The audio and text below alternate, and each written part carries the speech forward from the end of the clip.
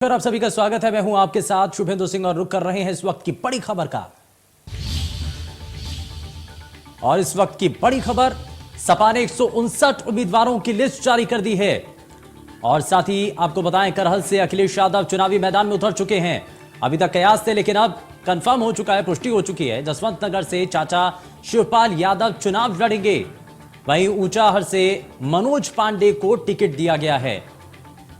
तो 159 उम्मीदवार जो कि चुनावी मैदान में उतार दिए गए हैं। स्वामी प्रसाद मौर्य के बेटे को ऊंचाहर से टिकट नहीं दिया गया है। तो ये स्पीच बड़ी जानकारी। और स्वामी प्रसाद मौर्य अपने बेटे को टिकट दिलाने के लिए ही इतनी जद्दोजहद करते हुए नजर आते हैं। पार्टी अलग से वो समाजवादी पार्टी को ज्वाइन कर लेते हैं, लेकिन फिलहाल उनके बेटे को टिकट नहीं दिया गया है। और स्पीच ये लगातार बड़ी खबर, जसवंत नगर से जो है प्रत्याशी को मैदान में उतार दिया।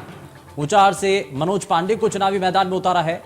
और स्वामी प्रसाद मौर्य के बेटे को ऊंचाहर से टिकट नहीं मिला है। और वहीं अखिलेश यादव करहल सीट से चुनावी मैदान में उतर रहे हैं। तो सपा ने 159 उम्मीदवारों की लिस्ट जारी कर दी है। और इस लिस्ट को लेकर के अब कई तस्वीर सामने आ रही हैं। जसवंत नगर से चाचा शिवपाल यादव को चुनावी मैदान में उतारा गया है। और इससे पहले चर्चाएं इस बात को लेकर थी कि अखिलेश यादव और शिवपाल यादव के बीच में बातचीत हुई। सीटों को लेकर के जाहिर तौर पर यह चर्चा हुई होगी। लेकिन आपको एक बार फिर से बताएं, मुरादाबाद से मोहम्मद यूसुफ, कैराना से नाहिद हसन को और नोएडा से सुनील चौधरी को टिकट दिया गया है। और साथ ही सपा ने प्रत्याशियों की यह लिस्ट जारी कर दी है। दादरी से राजकुमार को टिकट दिया गया है। नजीबाबाद से तस्लीन, नकुड़ से धर्म सिंह सैनी को चुनावी मैदान में उतारा है। और इसी के साथ रामपुर से आजम खान, स्वार से अब्दुल्ला आजम को, आजम खान के बेटे अब्दुल्ला आजम को टिकट दिया गया। मुरादाबाद से मोहम्मद यूसुफ, कैराना से नाहिद हसन को ही टिकट दिया गया है। नोएडा से सुनील चौधरी को टिकट दिया गया है। वहीं नकुड़ से धर्म सिंह सैनी को टिकट दिया गया है। यह पूरी लिस्ट है, 159 उम्मीदवारों की यह पूरी लिस्ट, जो कि अब आपकी टीवी स्क्रीन पर है। और समाजवादी पार्टी के द्वारा अपने कैंडिडेट्स को अब मैदान में उतार दिया गया है। और ये पूरी लिस्ट है, आप देख पा रहे हैं। रायबरेली से जो है आप पूरी तरीके से यहां पर नामों के साथ आप देख पा रहे होंगे। मुरादाबाद से मोहम्मद यूसुफ को टिकट दिया गया है। और नजीबाबाद से तस्लीन, नकुड़ से धर्म सिंह सैनी को टिकट दिया गया है। और मैनपुरी की करहल सीट से अखिलेश यादव को चुनावी मैदान में उतारा गया है। इससे पहले तक हालांकि जिस तरीके से साफ किया गया था पहले ही कि करहल सीट से, क्योंकि ये परंपरागत सीट रही है यादव परिवार की, समाजवादी पार्टी की, तो जाहिर तौर पर ये एक सेफ सीट के तौर पर मानी जा रही है। और इसलिए करहल सीट से अखिलेश यादव चुनावी मैदान में उतर चुके हैं। और ज्यादा जानकारी के साथ हमारे संवाददाता नरेंद्र यादव हमारे साथ जुड़ चुके हैं। जरा उनका रुख कर लेते हैं। नरेंद्र, ये पूरी लिस्ट सामने है, 159 उम्मीदवार अब सामने हैं। और इसमें सबसे बड़ा नाम अखिलेश यादव करहल सीट से चुनावी मैदान में उतर रहे हैं। बिल्कुल, समाजवादी पार्टी की तरफ से तमाम सस्पेंस को अब क्लियर कर दिया गया है। जिस तरीके से तमाम दावे किए जा रहे थे, उसको लेकर के अखिलेश यादव जो लेट कर रहे थे लिस्ट जारी करने में, तो समाजवादी पार्टी की ये सबसे बड़ी लिस्ट है, जिसमें 3 से 4 फेज के चुनावों को लेकर भी कुछ नामों को शामिल किया गया है। यानी कि एक बड़ी लिस्ट है, आधिकारिक रूप से इसका ऐलान किया गया है। इसमें काफी फेरबदल भी देखने को मिल रहा था। जो लोग दावे कर रहे थे, आज उनको कहीं ना कहीं निराशा भी हाथ लगी होगी। और कहीं कहीं पर तो इस तरीके का बदलाव हुआ है कि समाजवादी पार्टी की भी तरफ से उनका टिकट फाइनल माना जा रहा था। और इस तरीके से उस क्षेत्र में तैयारियां भी कर रहे थे।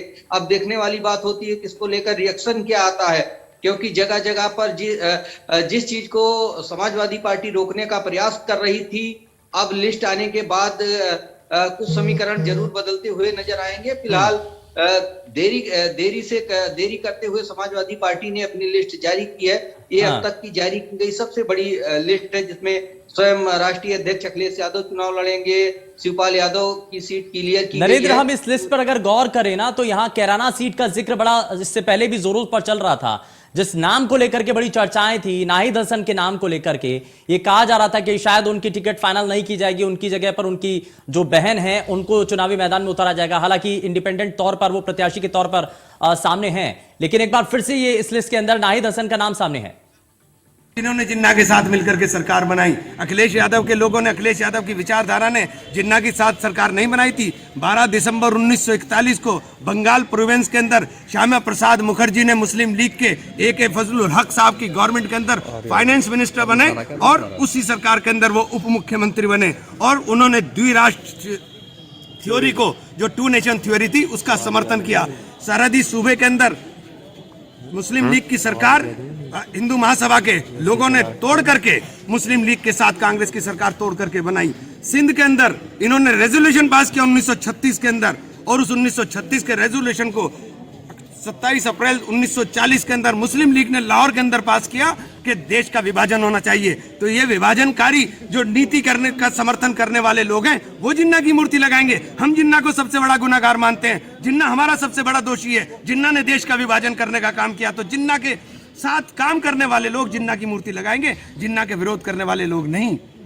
3 तलाक और जो एंटी रोमियो था, जिसको लेकर महिलाओं में बहुत खुशी है कि छेड़छाड़ की घटनाएं नहीं होती हैं। हाथरस, छेड़छाड़ की घटनाएं नहीं होती हैं। हाथरस, लखीमपुर, उन्नाव, कानपुर, कहाँ की गिनवाऊं आपको, कहाँ की गिनवाऊं?